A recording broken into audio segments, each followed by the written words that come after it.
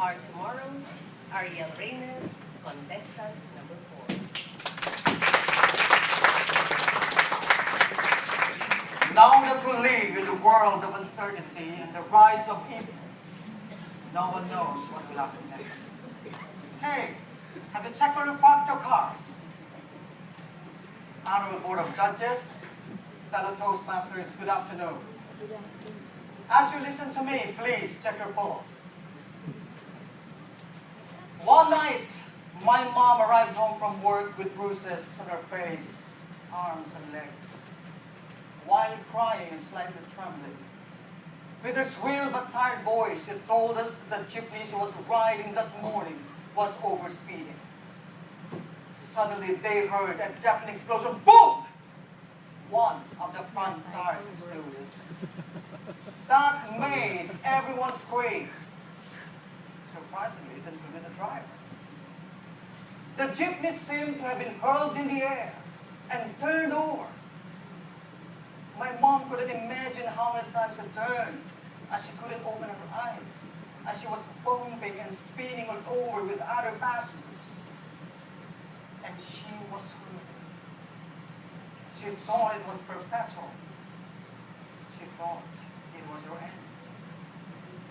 Miraculously, the accident did not inflict so much damage on my mother. She and the whole family were so glad she was safe.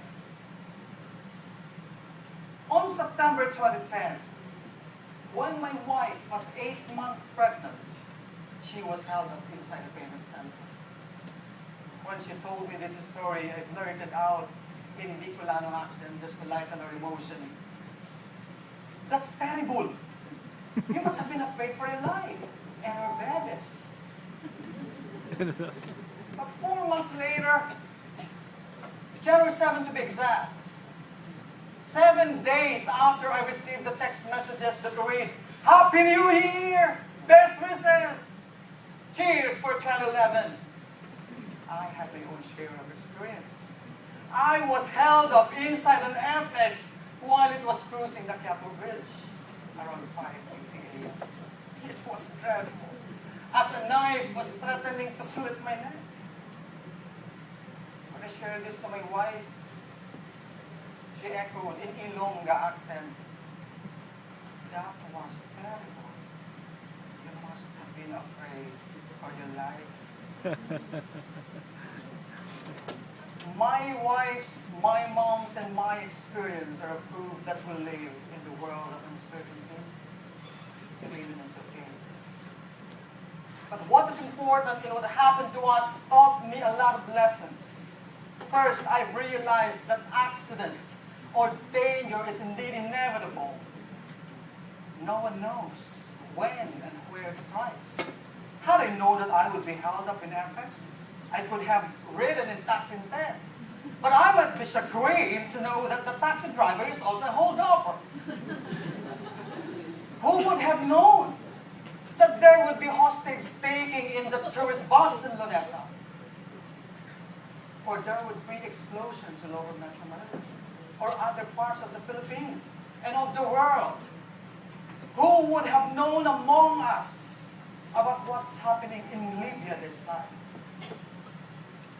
Second, I've learned to pray at all times. Only God can save me, us from trouble.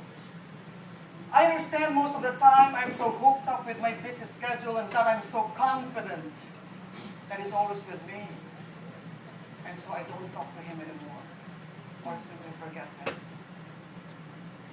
And when trouble comes, that becomes the only time that I talk to Him, which should not be the case. Third, I learned that I should never, ever leave the house without kissing my child. And of course, our mother. And without telling them that I love them. It might be the last time. Have you kissed your loved ones before you left this morning? Or told them that you love them?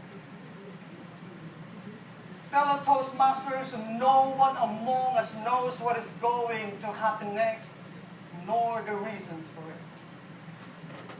Accidents, yes, are inevitable. But they sometimes happen because they're caused. They happen because of our negligence and carelessness. So let's use the immense power to think. So let us think. Because we are now faced in the urgent need to restore the beauty of life in the world. Let us do the right things. Because it is all our beautiful tomorrows